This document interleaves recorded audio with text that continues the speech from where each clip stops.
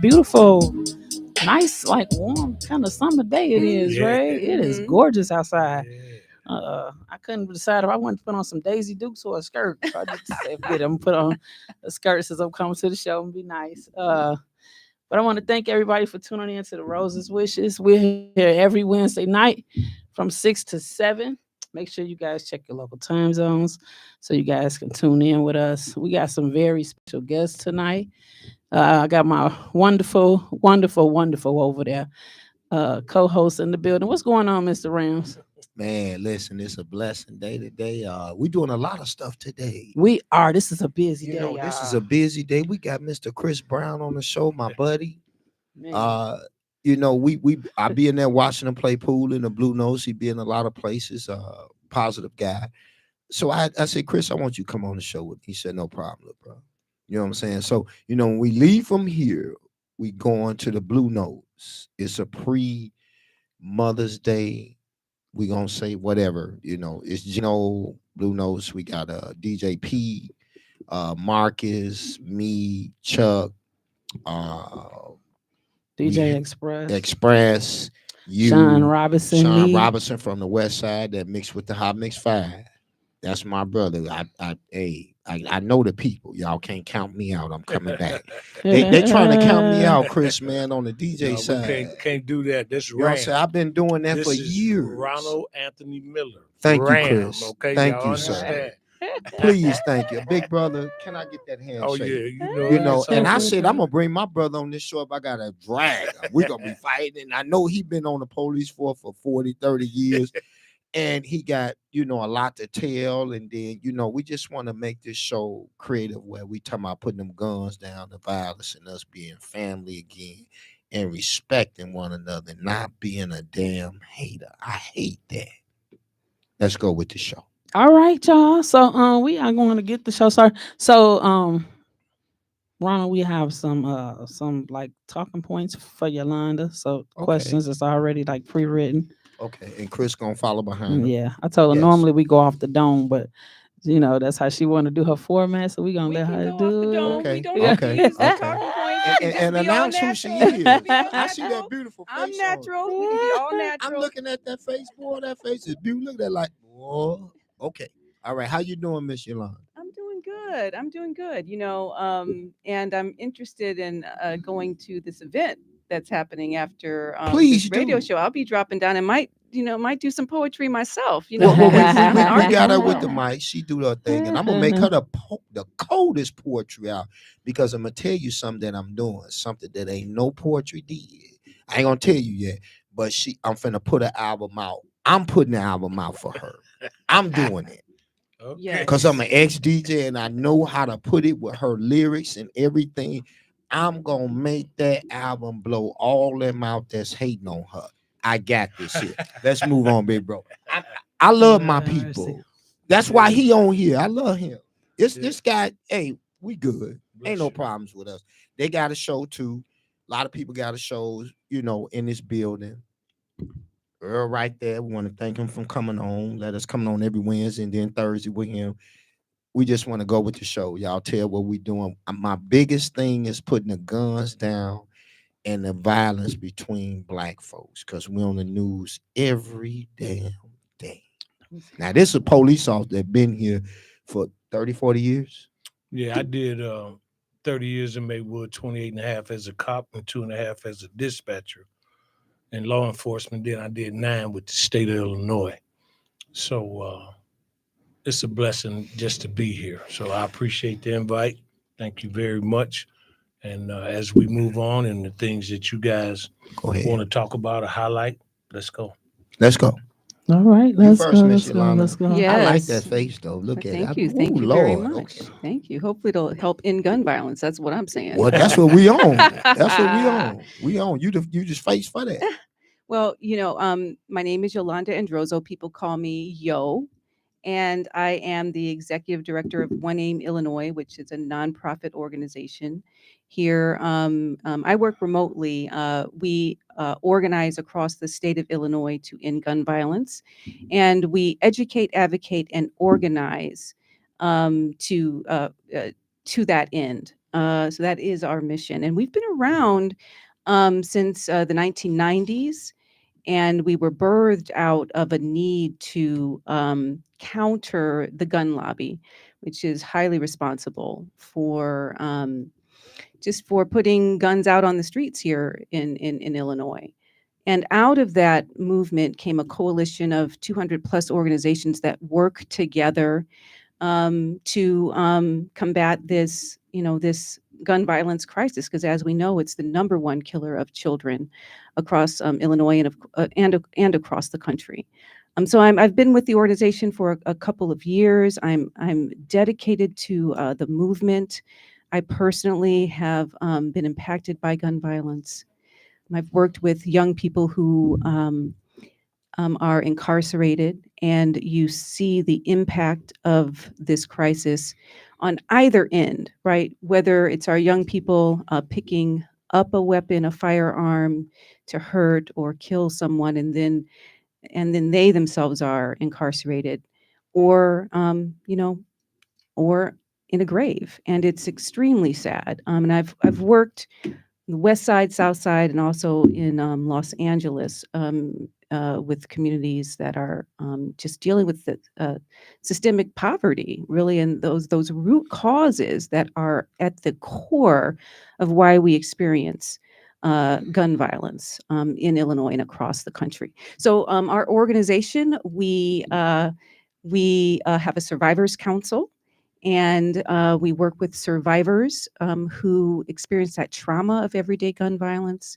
We have safe spaces for them to come together and just feel what they need to feel, and also learn about advocacy, how they can be a part of this movement to prevent another mother, another father, another family member from experiencing this tragedy. And we have a public safety task force where we work with law enforcement. AG Kwame Raoul is a part of that, Illinois State Police, where we monitor existing laws that have been passed, gun violence prevention laws, to analyze their effectiveness and improve them. And and we educate the public on gun violence, on not only research, but policy, and how to organize in order to hopefully end in this problem and put me out of a job. So in a nutshell, that is what One Aim does. I had the pleasure of meeting this fabulous, amazing, talented, dedicated woman, Miss Janine Hall, Nina Purple Rain. She came on a coalition meeting very early on last year when I was doing some education, bringing on survivors to share their stories, because it is so important. The public can become numb when there's consistent deaths. I also worked with Kids Off the Block, went out to Roseland, and met with those youth, and they will tell you personally, it feels like this crisis is not going to end, and does anybody care? Just that everyday fear and trauma of not only being impacted often themselves, but their family members. So we get youth involved in this conversation.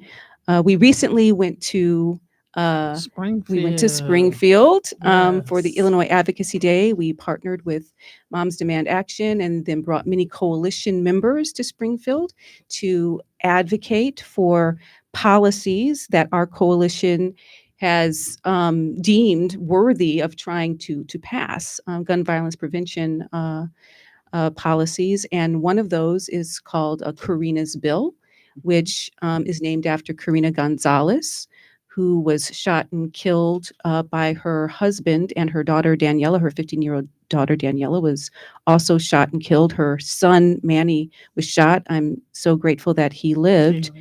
But out of this tragedy, this family, along with the network partnering, advocating against domestic violence, this organization, One Aim, and others, have come together along with Nina Purple Rain and other groups to advocate for the passage of this policy, which will, if it's passed, protect domestic violence survivors who are at risk of firearm violence.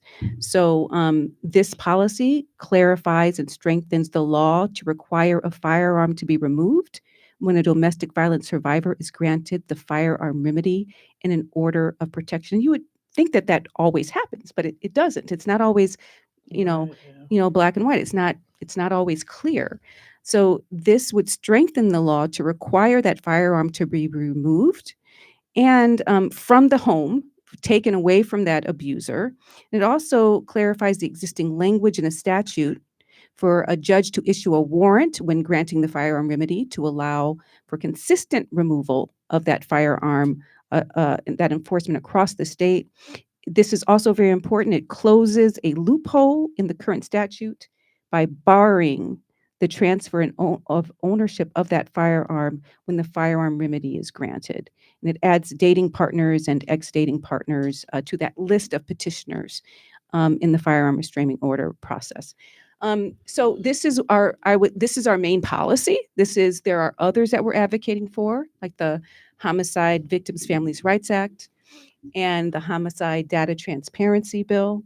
But it's just been, I consider it to be, when you have a platform and you are given an opportunity to impact communities, I feel as though this mission, this organization, there's no more for me a more important cause than the prevention of gun violence, because it's so prevalent and it's preventable. Yeah, it's it's very interesting. I'm a conspiracy theorist, and I've studied a lot of things. COINTELPRO, where they wrongfully incarcerated men for things that they were doing. But and I don't know if you guys know, but there's videos out there where they would take the trains, park them in the black neighborhoods, loaded with guns, and leave those trains open. They would park vans in the neighborhoods and loaded with weapons and leave those vans open. So in the black community, they would come in and people would get the guns and use them, whatever the case might be. But it's not until something drastically happens in a white neighborhood that they talk about gun control and gun violence. Uh, it's very interesting how the concept comes about, but the government is so much in control of all of this. But they allow it to happen in our community. It's no problem. Hey, you guys kill each other, Go and that's ahead. fine. But when the Mhm. young man in Hinsdale shot everybody at the holiday fest, now we're going to talk about gun violence and gun control. But when it's happening in our neighborhood, nobody's speaking about it. So it's very important that we understand. The second thing is that most of the people that have these guns don't know how to use them. I mean, you're shooting 9-year-old kids. You've never been to the gun range. Somebody to put a gun in your hand Right. to get you inaugurated to a gang, or this is what you have to do to become the gang member, and you just out here shooting. You don't know how that weapon operates. So those are some of the things that I have a problem with, is that how the system itself is putting guns in the kids' hands. And then it's not only until that neighborhood, which they think is the right neighborhood, that when they want to make a difference. So I have a problem with it. I think a little bit different than a whole lot of other people, because when I was a police officer, I didn't like guns myself, and I had to carry one every day for 28 and a half years. But I didn't like, because guns don't kill people, people kill people. Mhm. Attitudes kill people. And so I look at it a little different. But yeah, I know it's a conspiracy theory out here, because it's kind of sad, but it's true. Wow. So I agree with Wow. a lot of what you're saying. The marketing of guns into Black and Brown communities has been documented. Recently, last year, AG Kwame Raoul worked very hard, partnership with legislators across the aisles to pass the Firearm Industry Responsibility Act, which holds those rogue gun manufacturers and it holds them accountable. And we didn't have that law prior to last year. It holds them accountable to a certain extent. They still have the regulatory where they can still sell and still manage how the whatever the case might be. This is what I look at. I think that they should put a control on the bullets. Mm-hmm. If you control the bullet, then you can control the gun. Because if a gun don't have a bullet to put in it, that's where a law should come from. I mean, the person has the right to bear arms. But when Malcolm X and when the Black Panthers were doing it, and when they showed force, then you had J. Edgar Hoover that came in and he said, hey, we got to stop this because these boys have too much power. So what you do is you control the bullet, then you can control the gun. Wow, now that's something different I never really heard. Control the bullet, because the guns will all be around, and a lot of times you got the guns, but you short on the bullets. Am I right or wrong? Well, that's what you want to be. You want to be short on the bullets. You don't want to manufacture, because the system is on their team. The most powerful people in the world are the ones that control information. And they control all of that information, how to legislate it, how to get it out there, the whole 9 yards. But at the end of the day, what I'm saying is that if you don't manufacture and you make it extremely hard for you to get a bullet, it don't matter if you got a gun. If you don't have a bullet, you can't shoot the gun. You can't shoot the gun. Right. You just got it with you, and you it's just a picture. It's just holding. Then if you go down, you can't even take care of your business. So why even do it? Right. That's true. That part. That part. So but I had I brought Chris Brown on, and I want you to explain to who you are and your sons, what you do, because you are a leader. You put your sons out there. You push them to be in the NBA and stuff like that. And I just want you to tell the people who you are, because there are a lot of people that my people, and I told myself, I got Chris Brown on tonight. That's Shannon Brown father, NBA.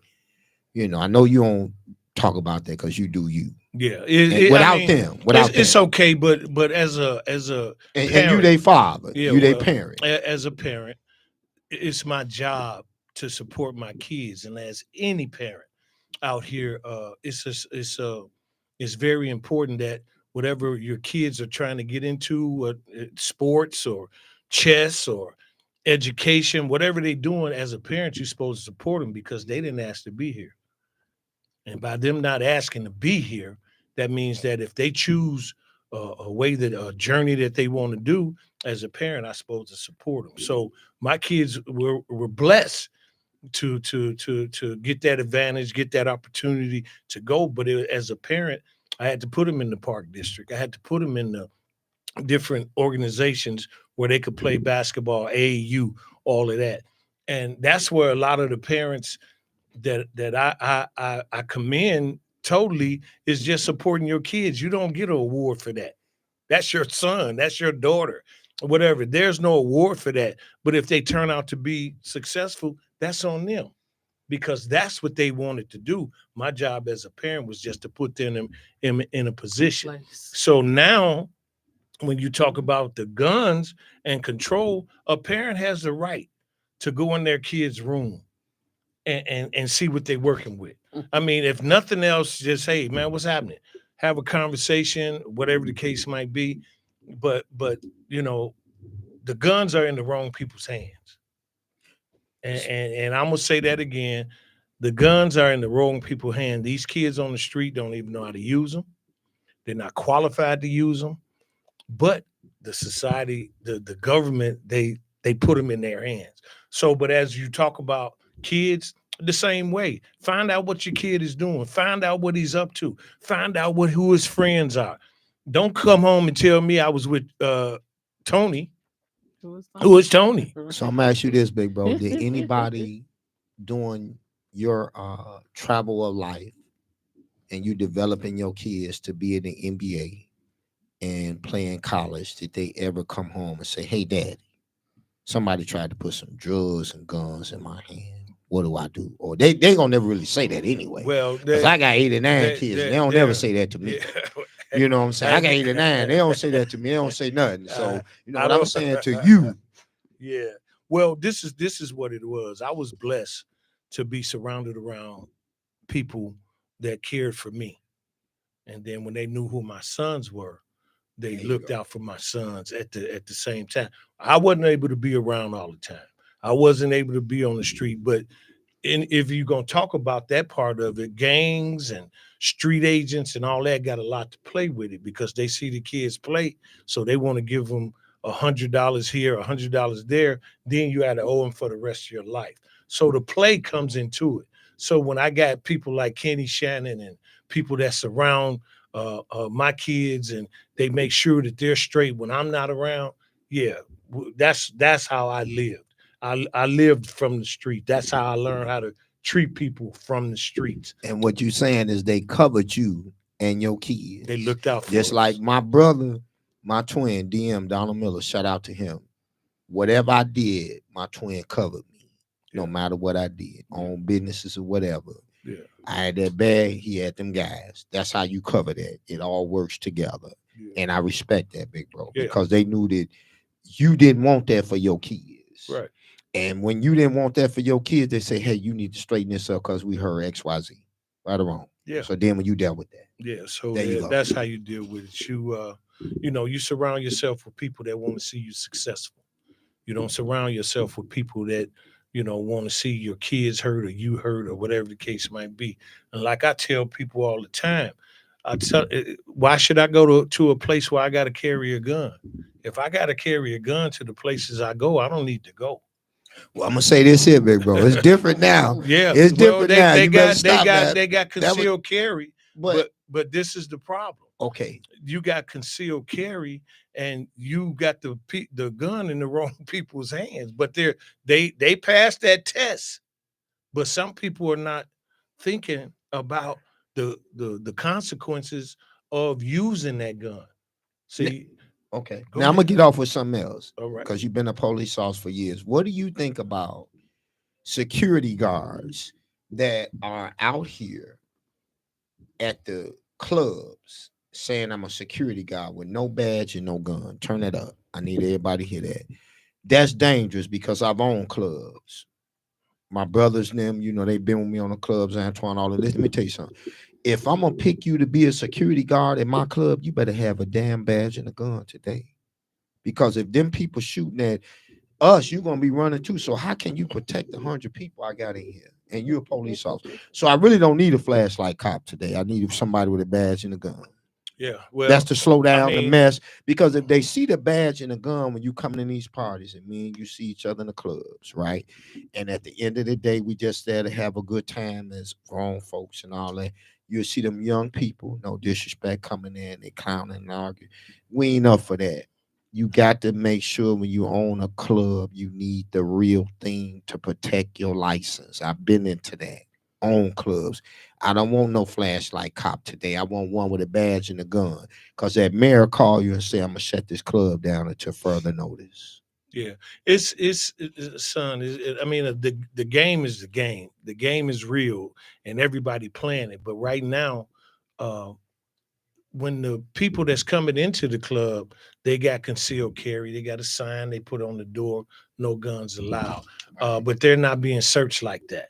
And you've seen it, and you hear it all over the news where security guards have been shot, and just too recently, Robin Cherie, her brother was killed at a store, and I mean it happens. So, but that's where we are now. And that's the sad part about it, that we are in a point where when you go to a club, you got to see a security guard with a badge, gun, and all of that. And it's it good. Makes me feel comfortable. Yeah, though, well, Chris, it's good because for the people. I can go on a party, and then a versus to, okay, I went to the View. Beautiful, beautiful place. JR, he had to be aggressive. You heard it on the phone Sunday. He said, no more people in here tonight. because they got a line outside, beautiful club. But some people don't listen. You could listen. You cannot with these clubs. You can't get over capacity. You cannot. You don't want to be. And I don't mean no disrespect, guys. You won't be like the E2. I've owned several clubs, and they were mine and my family. You have to secure the people when they come support you. You got to secure them because the way they came there, they got to leave there. They don't need to leave there, and then they done got phone calls from their family saying somebody been shot up just from having a good time. And everybody, it's so many clubs out here today. And then you got people that, and you can go here from here, that me and you, we know to come in a club, Chris, and respect it because we old school. Okay, I'm up under you, but I know I'm gonna come in there and watch you play pool, and all that. But then when you go to them where they getting in there with us, we running around here like, man, we don't know what they gonna do. Yeah, I mean, and it's unfortunate, but at the end of the day, like she's talking about with AIM, we gotta get the laws right, and we gotta not only get them right, we have to enforce them. And if you're gonna have concealed carry, because I got a friend, he was on my show 2 weeks ago, Jeremiah Brownlee, and now he does private security. He does the what they conceal carry class, and he does it free because he's inside and he has grant money. He has everything that he needs. That people are giving him grant money to help people train to carry a gun. So that's where we are now. That's the reality of the situation. But it's going to take for the laws, like she's talking about, to control it. And if we don't put it in the proper perspective, it's going to be out of control. So now I'm gonna ask you this here, and we're gonna let you talk. Uh, it's a new thing that came out where a lot of guys that I've heard over the weekend, where it was Black Men United, where they come, like say the guys on the blocks and they clowning and all that, and you see the big heads, like the person you announced, come in and get them to calm that neighborhood down. So what they're saying is, we getting together and we gonna calm our neighborhood down because you gotta police your own neighborhood. We don't want the police to do it. We want the white folk, none of that. We black, we gotta take our own people and get them to calm down. And they get a check for that, from what I heard. Yeah, well, that's Reverend Harrell. Okay, so you know Black about Men it. United. That's Reverend There you go. Harrell, and he has a lot of ex-felons, ex-convicts that come out and talk to the kids and tell them about what they shouldn't do and how they got in trouble, and they don't want them to get in that same type of trouble. So Reverend Harrell out of PLCCA, he's running that organization, and it's a good thing that somebody that's been incarcerated can come out and talk to the kids and tell the kids, hey, this is what happened to me. I don't want you to take that route. I don't want you to go that route. So, and like I'm saying, every day, all day, the law, what she's talking about, that's what's going to secure everything that we're trying to accomplish. It ain't gonna happen overnight. Some of us gonna be gone, dead in our graves before these laws take effect. But I think what she's talking about with AIM is very important. And it is, and I honor her for that. And we, like I say, Janine told me about it, and I said, bring on. I say, and then I say, it's no better way. I gotta bring Chris on. I gotta bring Chris on. I gotta bring him on. And he said, look, bro, put me on with her. I said, because he been a police officer, so he knows what's going on out here.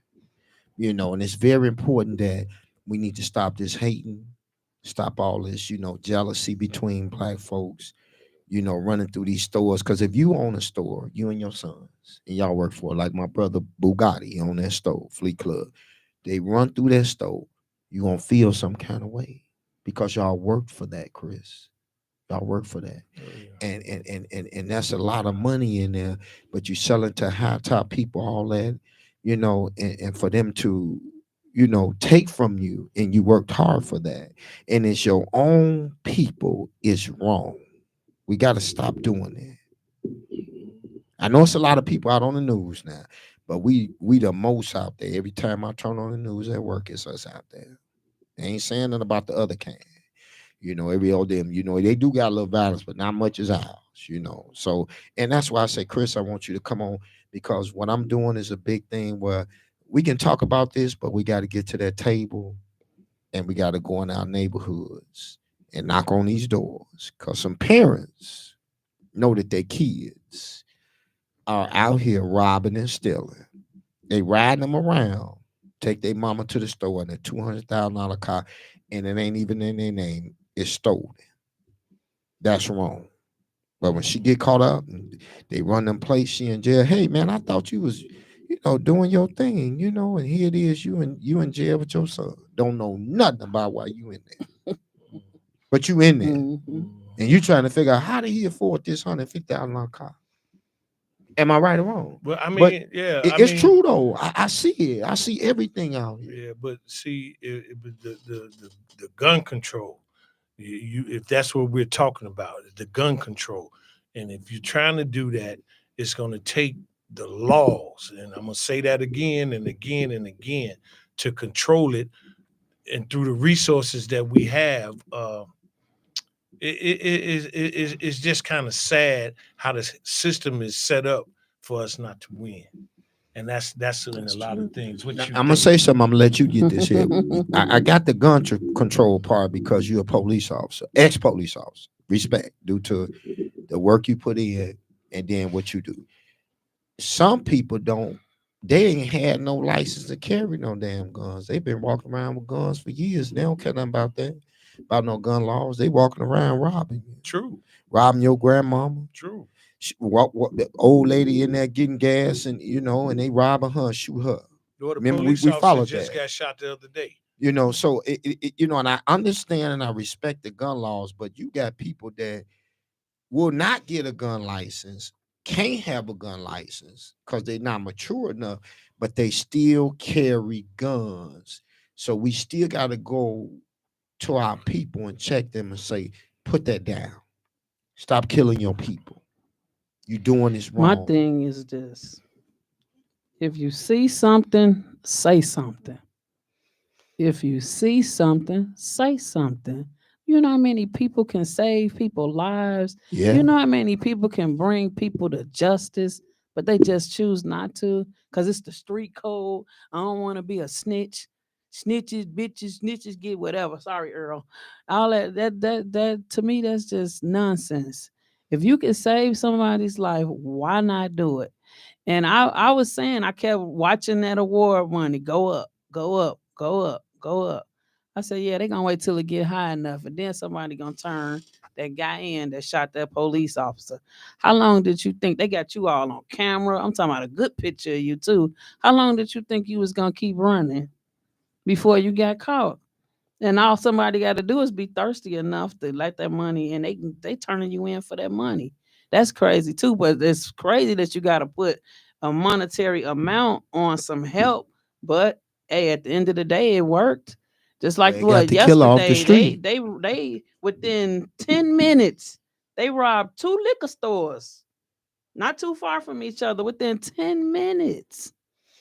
Now they got a robbery crew that going around on the northwest side and the southwest side And they robbing did that people. to my brother store. I'm gonna let you two comment on That's what's going on. crazy. But I that's a just that's don't a get it. team now that go out and rob the stores and they split the money up later on. But the cars they get is stolen from different states and all that. Ain't even in their name, but we seen them on camera. Fleet Club, Bugatti. Y'all comment on that. Or whatever you got. Yeah, the before I started working with One Aim, Illinois, I wasn't well versed in gun laws per se, right? I had to learn about that. And something that I learned, which I wasn't aware of, is that, these gun laws, gun violence, it's political. It is. Laws need to be on the books. They are passed by people who are our policymakers, our legislators, to keep communities safe. An example of this when I first began, ghost guns were allowed on the streets. There was no ghost guns ban in Illinois. with a ghost gun, anybody could go on the internet. A lot of our young people would do this, anyone, and purchase a kit and put it together, create a firearm out of it, unserialized, untraceable, and it would, you could use that to shoot, murder someone. And I remember someone asking me as I was educating the public about ghost guns. I had Representative Cam Buckner come on and do a coalition meeting and tell us about this legislation and why it was important to pass it, to get people, communities, to go and call their legislators and say, please pass this ban, right? Or to actually file a witness slip. This is something that we do to inform our legislators in Springfield, let them know that it's important to them to pass this policy, et cetera, et cetera. And I remember on this coalition call, someone sent me a chat and said, hey, like, does this make a difference? This doesn't make a difference. Why do we need a ghost guns ban? Is it really going to make a difference? Why do we need to pass this law? Because there's still going to be a ton of firearms on the streets, right? My comment was, yes, it's important. We should pass this policy because no one needs an untraceable weapon that can then be utilized to murder somebody. And within a week, or probably a couple weeks of us actually passing the ghost guns ban in Illinois, we passed it before the federal ghost guns ban was passed. A young man went to Millennium Park, and his mama was like, I don't know. And he was a teenager, so I would say a boy.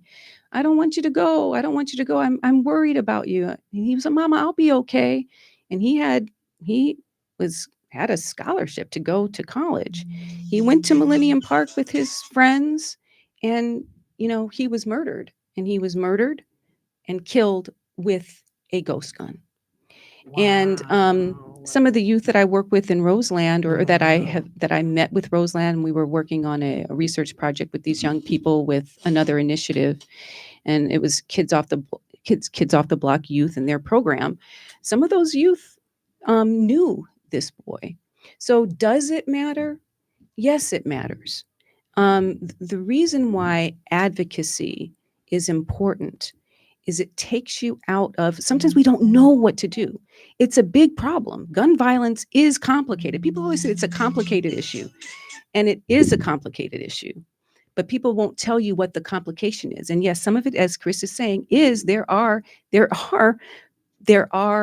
people infiltrating, just putting guns into our communities. And it's known, right? That's why we need something like a Firearm Industry Responsibility Act. We need to hold rogue dealers accountable.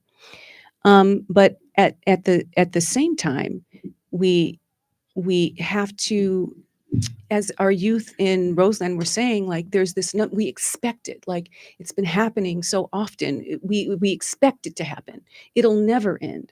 And so there's a complacency that happens, right? And especially as an adult, as community members, if you haven't, and this is the other thing, if you haven't been personally impacted by gun violence, then you kind of got a blinder on it until it happens to you. And as the survivors whom I've worked with will tell you, until it happened to me, until I lost not only my son, and I lost my daughter, I lost two of my children to gun violence, I had to get out in the streets. I didn't know what to do, but I found One Aim, Illinois. Like, I found Brady United. I found Moms Demand Action. I found Amnesty International. It could be a number of organizations, but they helped me figure out how purpose over pain. It could be, Saint Sabina. They do a lot of action. Yeah. But it's so important to be able to make your voice heard. And it's when you make your voice heard, you have to sometimes help individuals who are policymakers understand that it is important that they listen to the people in their community, in their districts, and they have to pass sometimes what are considered to be controversial bills. That's Karina's bill is considered to be, for some reason, a controversial bill, but it does not make sense. It's a common sense law is what it is. And with One Aim, we're not, like gun control, that word gun control, what that can do, that word, is make all those people who hold guns, who feel like, oh, they're going to kind of take my guns away. Like it puts them up into like a crisis situation. What we're saying is we want to keep guns out of the hands of people who should not have them. We want to make sure that there are policies that are in place to keep our communities safe. We want to make sure that gun manufacturers are not marketing guns to Black and brown communities and our youth, which is what they do with their AR Junior, right? Yeah, things like that. So I'm very interested in advocacy and in helping, and even you. We can talk about you, Janine, and your story. You know, your story. I got to know your story when I had you on our coalition meeting, and you talked about being a domestic violence survivor, and not only that, but being also beaten with a gun by your husband, I believe. No, partner, boyfriend, right? Yeah. Okay. So knowing that about you, when this policy came up, Karina's bill, which is all about domestic violence survivors, and you could have lost your life and you didn't. Thank God you came back, right? That's why we're now working with you, because you can share that story and help communities understand why it's so important to pass this policy, because it's a life-saving policy. It is. So one thing I can say is this. I want to say thank you, because before this, the only thing I was doing was basically like, just sharing my story with people and going out every day, getting men and women. It's a lot of men in domestic violence, out of domestic violence every day. But when I got in contact with you guys and was able to do like another part of the work, you know what I'm saying? Now it's like my advocating part came into play. You know what I mean? Because at first, like when I go rescue men and women out of domestic violence, I'm in survival mode. So I'm in survival mode. So the only thing I'm thinking about is getting them safe, getting them out. But then once I met you guys and you guys taught me like, about the bills and going to Springfield, going to Washington and talking about it and actually being like on the news, even the news conference we did, that was something big. And I was like, I'm going to put everything I got into this speech and I'm going to make sure I tell them to pass this law. So I thank you guys for that. But this week, and thank you for letting me be the voice of your campaign this year. I appreciate that. So I don't want to let the work that you guys give it to me go undone. So that's why this weekend they had like a protest downtown. I was right there front row center doing my poetry, speaking about different things that I want to advocate against. And domestic violence, gun violence, that was my main thing. So I just want to say thank you so much, Yolanda, because you put power behind what I was doing. You know what I mean? And now it makes sense because it's all coming together. Okay, and now it makes sense. Sorry, So I want to say that somebody calling in. Yeah, we got a caller. Sorry to interrupt, Janine. We got a caller. We want to get this call in. This is Moon. Maywood's Finance. You got a couple questions. Let me get the thing. I know I got to put my glasses on. Hold on. Oh my God. Here we go. How you wear glasses? Still gonna see. Okay, caller. State your name. Where you calling from? What's up? What's up? What's up, Moon? The Maywood Police Department. I'm looking for Ronald Miller. What's up, man? This Ronald Miller and Chris Brown on the show together. Y'all didn't think we was gonna get Chris on Brown that. ain't the police no more. You the police. Oh yeah. Well, what you want to tell me? I'm just telling you guys, you're doing a great job, man. Thank you, man. I thank you and I love you, Moon. He's married to my cousin, so he gonna act right by me. That part. That part. Love you, Moon. Stop, Moon. Just say what you're gonna say. Everybody that held their own, Yeah, and that's why we got you on here. You're gonna be everywhere I go. Now, come on with it. No, I'm just doing, I'm doing violence prevention with the Black Men United. I heard about that, Moon. We reaching out to the at-risk youth, and we get them to prevent violence and try to find a way to resolve the problem without lashing out. Okay, can you tell us more about that, Moon? Because we had said it like on the show. Like a lot of the kids now is, been through a lot of trauma. So, their mental state a lot of them is have to go through like counseling and mental, and they have mental problems, and it's a lot of stuff that we do with suicide prevention and all that, with the kids, and we're just trying to give them away, like the summer program. Like when we was coming up, we used to paint the fences for the village and things like that. So we're giving them a chance to put a couple dollars in their pocket.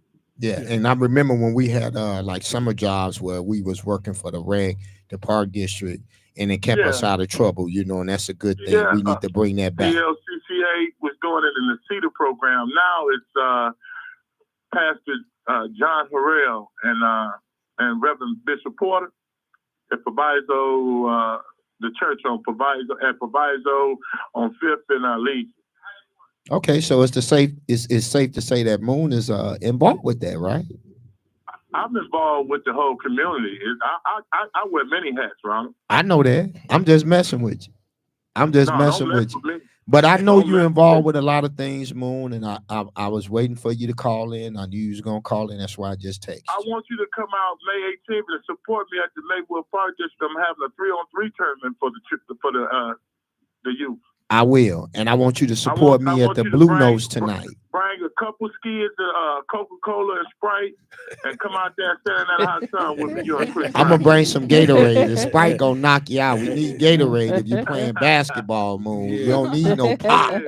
You're a basketball player. The pop gonna make you sluggish. But anyway, we want you to come out tonight at the Blue Nose. I got all my DJs there. I need you to be there. Bring my cousin with you.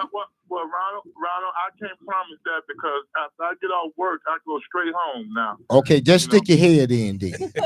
How about that? It'll take you nothing but a minute to stick your head in. Just say hello, everybody. Well, I just let the guys know that you're having something today. How about I just call and pass the message on? I appreciate that, family, because it's today. Okay. And Chris want to say something to you. Hold on, Chris want to say something to you. Well, what I like to say is that thank you, Moon, for your podcast. That you community oriented. You keep a lot of people informed about what's happening in the community and who's working in the community.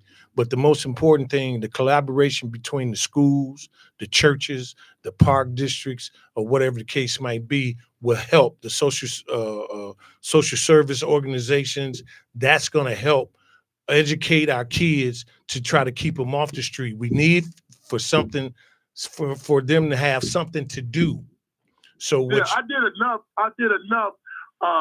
deconstruction. I tore it up long enough, so now I'm trying to build it back up and construct and work and teach the kids that you don't have to bump your head to be a good guy. There you go. And that's what we need. We just need the collaboration with everybody, all the organizations getting together, educating the kids on every level, schools, churches, however the case might be, social service organization.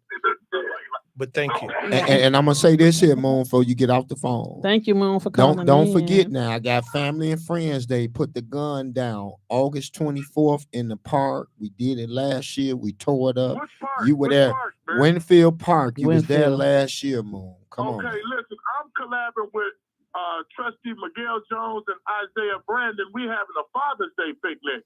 We're not gonna forget Mother's Day, which is Sunday, but we having a Father's Day picnic. Okay, well, I got that, but I'm just saying what I'm doing, and I would participate in everything that y'all doing. But I'm saying what I'm doing for the Family and Friends Day celebration, like put the guns down.